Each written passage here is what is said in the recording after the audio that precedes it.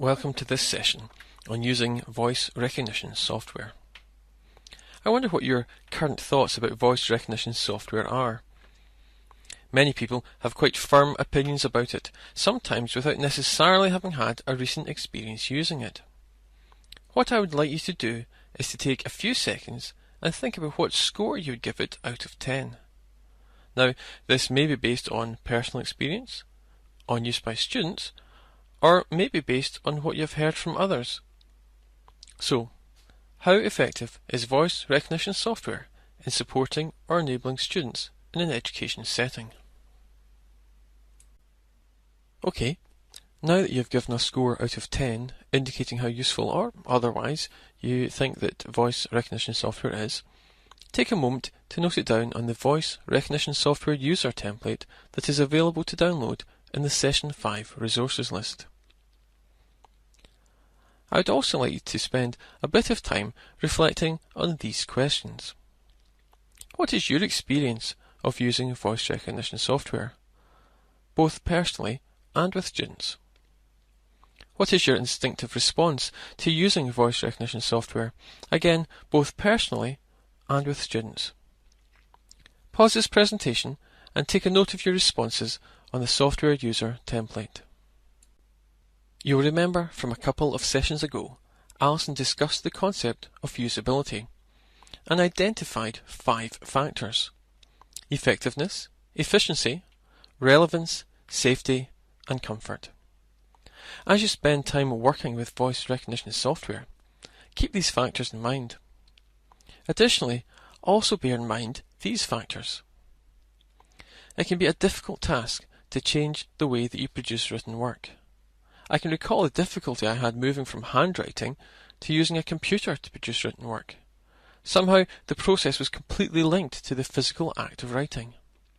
However, with some perseverance, the process then became linked to using a keyboard. It is a similar leap to now using your voice. No new skill or tool is going to be a sudden panacea. It takes time and practice to be able to use new tools effectively.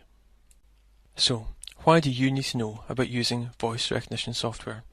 And why learn how to use it personally? Well, it is clearly important to have an awareness of what the software can and cannot do. You'll only be able to speak with authority if this is based on experience, and this will help you to make informed decisions on a case-by-case basis in conjunction with your students. It may also be a part of your role to provide demonstrations or maybe even training. I'm sure that many of us sometimes wonder how often assistive technology ends up being left in a drawer and unused. A key step in reducing this is through providing confident and competent demonstrations supported with effective training opportunities. Let's look at the background of voice recognition. Voice recognition software originated in the late 1980s, and it was originally aimed at busy professionals, marketed as a time-saving tool. These early versions were very expensive, but not very effective, only responding to slow and over-enunciated speech, and many people were put off by these early attempts.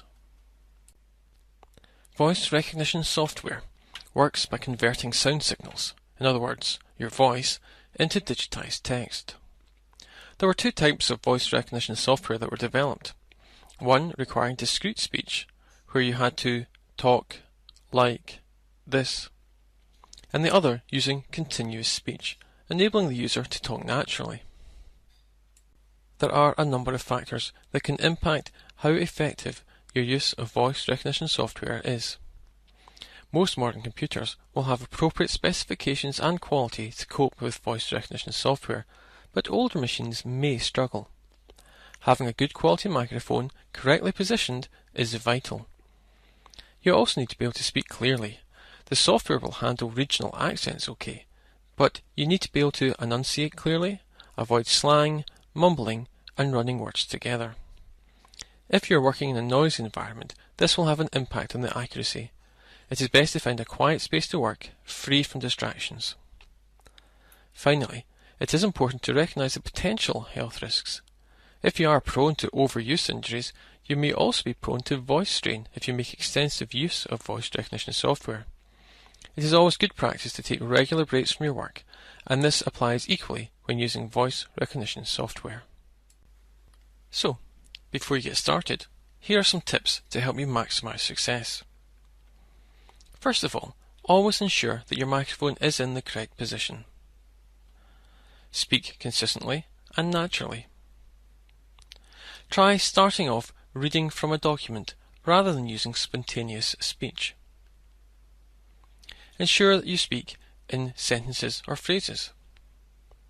Correct any errors regularly. This will make a great difference. And finally, do make use of the vocabulary builder to ensure that jargon or technical words are recognised. There are a number of voice recognition software applications available. The most widely known are Dragon Naturally Speaking, which is now available for both PC and Mac, and Windows' own built-in voice recognition software.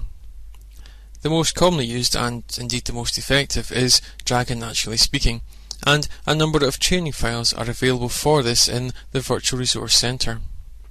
If you're using Windows Vista or later, the voice recognition software that comes is worth investigating, particularly if you cannot get access to Dragon Naturally Speaking, or perhaps if you're already experienced with that software.